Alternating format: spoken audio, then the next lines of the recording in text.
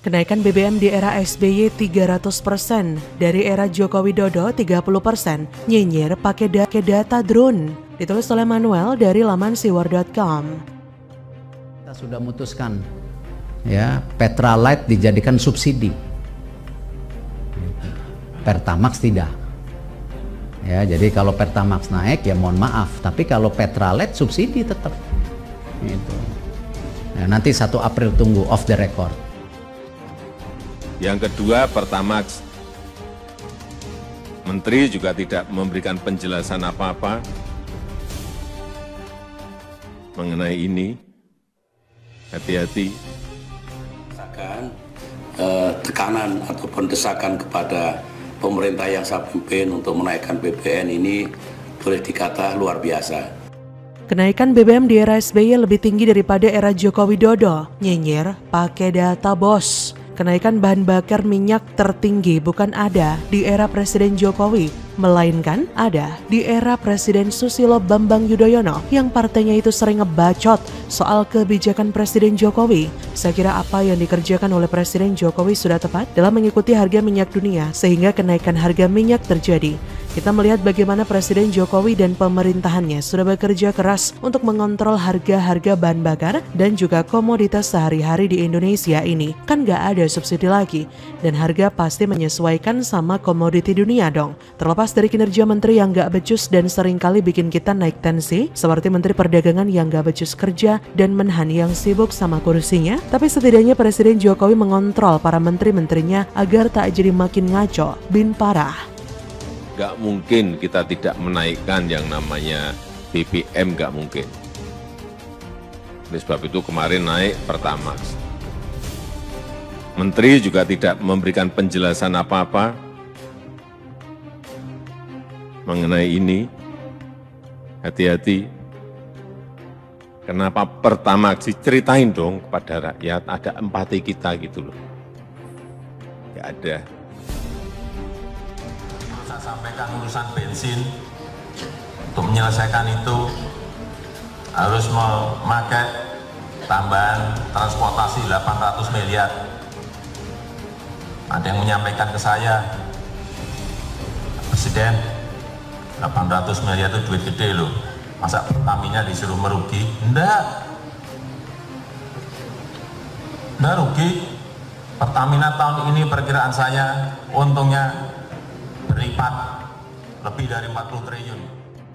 Salah satu yang dikerjakan Presiden Jokowi dalam mengontrol menteri adalah memecat orang-orang gak becus seperti Rizal Ramli, Anies Baswedan, Sudirman Said, dan lain-lain. Sedangkan SBY punya menteri yang gak becus kerja dan dibiarkan begitu saja. Lihat tuh, yang like konten Twitter sambil ngoceh internet cepat buat apa? Dari kinerja menteri yang selevel sama Juragan Panci, gak heran kita melihat harga kenaikan BBM di era SBY menduduki posisi persentase yang tertinggi setelah era Soeharto. Saya kira orang-orang yang ada di dalam Partai Demokrat ini harusnya melihat fakta dan data di lapangan. Lihat para oposisi, mereka cuma bisa nyinyir dan mengkritisi kebijakan Presiden Jokowi dalam menaikkan harga BBM yang merupakan penyesuaian terhadap harga minyak dunia akibat perang yang terjadi di Ukraina dan Rusia. Naik, wajar. Saya juga merasa isi bensin di era Jokowi nggak ada beban. Secara presentase inflasi masih kecil banget itu. Lebih enteng malah isi bensin di era Jokowi. Nggak berat hati gitu loh.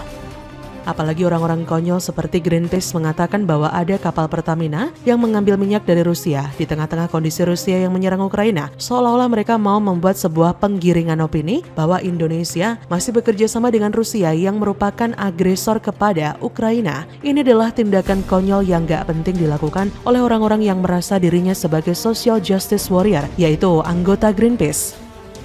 Nah, kembali kepada harga minyak dunia, kita melihat bahwa pengaturan harga BBM di era SBY jauh lebih tidak becus ketimbang pengaturan harga BBM di era Jokowi. Kenaikan harga itu wajar karena memang adanya inflasi dan kondisi ekonomi yang terus berkembang.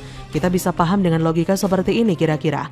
Dulu orang tua saya punya gaji 400.000 per bulan dan mereka bahkan bisa melakukan cicilan rumah di Jakarta tanpa harus memikirkan ini dan itu. Meskipun pada tahun 98 rumahnya dijual gara-gara Soeharto nggak bisa urus negara. Sedangkan sekarang gaji buruh minimal ada di angka 3-4 juta di Jakarta. Yuk kita lihat datanya.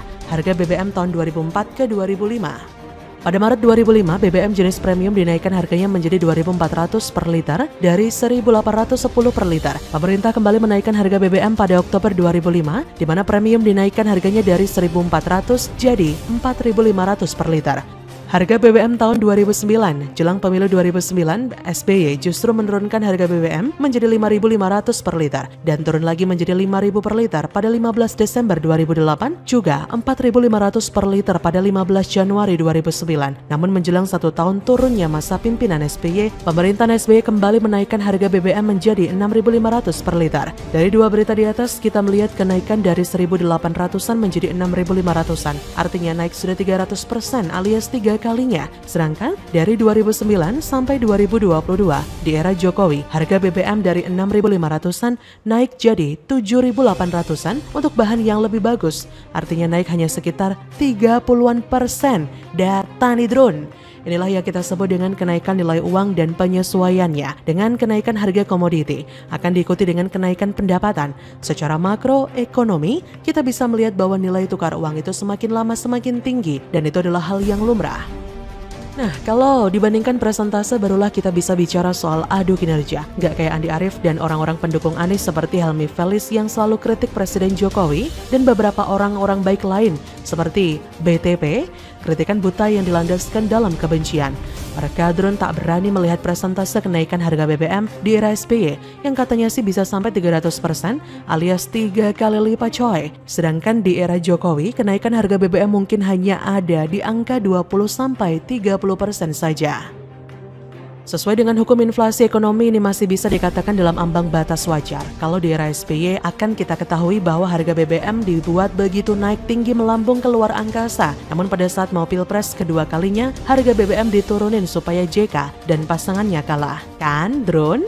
SBY pintar dalam melakukan hal ini, tapi dia tidak mempertimbangkan buah yang ia sedang tunggu untuk bermekaran, yaitu buah dari kegagalan dan kesalahan strategi dalam mempermainkan harga minyak. Pada akhirnya perusahaan petrol pun dibubarkan oleh Presiden Jokowi dan membuat banyak orang kena petir. Kalau mau dibandingkan, bandingkanlah secara presentase drone, sehingga kita bisa jadi orang yang adil sejak dalam pikiran. Mbok ya pinter dikit gitu loh. Begitulah adil-adil. Bagaimana menurut Anda?